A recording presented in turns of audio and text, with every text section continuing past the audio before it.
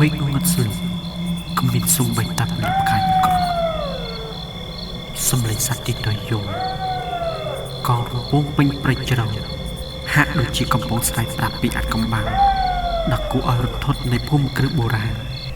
មួយដែលស្ថិតនៅដាច់ស្រយាលពីភូមិអ្នកស្រុកភូមិគ្រឹះនេះសាងសង់ឡើងតាំងពីសម័យអាណានិគមនិយមបារាំងហើយមានសភាពទ្រុឌទ្រោមនិងគ្រប់ដណ្ដប់ដោយវល្លិឈើស្អិចស្កាសិលានិងវីរៈបងប្អូនជីដូនមួយមានគ្នាពីរនាក់បានសម្រេចចិត្តចូលទៅក្នុងភូមិគ្រឹះនោះដើម្បីជ្រកភ្លៀងដែលកំពុងតែធ្លាក់យ៉ាងខ្លាំងនៅពេលដែលពួកគេឈានចូលទៅដល់ខាងក្នុងសម្លេងទ្វីឈើធ្ងន់ធ្ងរបានបិទផាំងដល់ខ្លួនឯងពេលនោះសិលាបាននិយាយថាវីរៈឯងឮទេសម្លេងអីហ្នឹងពេលនោះវីរៈក៏បានឆ្លើយតបថាប្រហែលជាខ្យល់បក់ទេដឹងបងកុំភ័យអីទោះជានិយាយបែបនេះមែនប៉ុន្តែដៃរបស់វីរៈកំពុងតែញ័រទៅត្រើតពេលនោះពន្លឺពិលនៅក្នុងដៃរបស់គេចាប់ផ្ដើមរេរាំមិនឈប់ស្រាប់តែពន្លឺនោះបានចែងចាំងចំរូបគំនូរស្រីម្នាក់ដែលស្លៀកសម្លៀកបំពាក់បុរាណខ្មែរឈរញញឹមយ៉ាងត្រជាក់ស្រេបនៅចុងដង្ហែម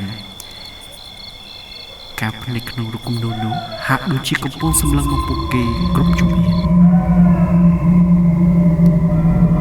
ខណៈពេលដែលពួកគេកំពុងទៅដើររកកន្លែងសម្រាក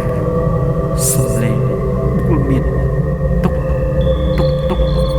តុកតុកតុកតុកចេញពីក្នុងផ្ទះបាយបានបន្លឺឡើងស្លាដើរទៅអឺតមើលទាំងភ័យខ្លាចស្រាប់តែឃើញស្រមោលខ្មៅធំមួយកំពុងអង្គុយបែរខ្នងជួយកូនខ្ញុំផងសំឡេងខ្សឹបខ្សៀវដល់ក្រអៅបន្លឺឡើងក្បែរត្រចៀករបស់វីរៈខណៈពេលនោះវីរៈងាកក្រោយស្រាប់តែឃើញផ្ទៃមុខស្ត្រីម្នាក់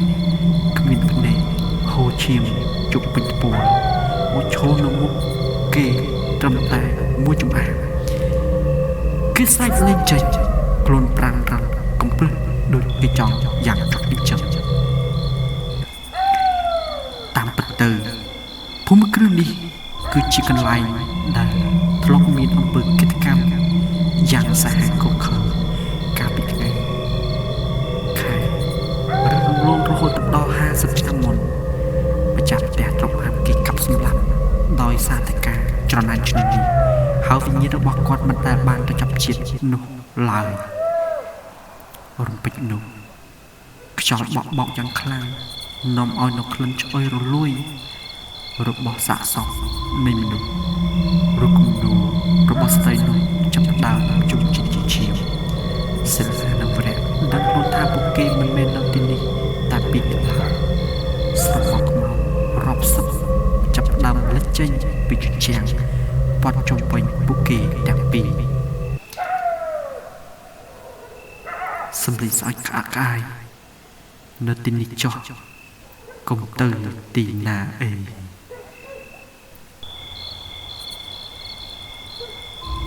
ព្រឹកព្រលឹមឡើងភ្លៀងក៏បានរះអ្នកភូមិ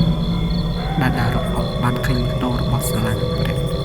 ដែលចោលនៅភូមិគ្រឹះប៉ុន្តែនៅពេលដែលពួកគេចូលទៅពិនិត្យមើលខាងក្នុងគឺគ្មានមនុស្សសូម្បីតែម្នាក់មានតែដើរជើងពីគូដែលដើរចូលទៅក្នុងជញ្ជាំងដែលមានរូបគំនូរស្ត្រីបុរាណនោះតែប៉ុណ្ណោះមកទល់សប្តាហ៍ថ្ងៃគ្មាននរណាម្នាក់ដឹងទៀតថាសិលានិងវរៈបាត់ខ្លួនទៅទីណានោះទេមានតែសម្លេងពុកមាននាពេលកណ្ដាលអធិបដែលនៅតែបន្តបន្លឺចេញពីភូមិគ្រឹះដាច់ស្រយាលនោះជារៀងរាល់យប់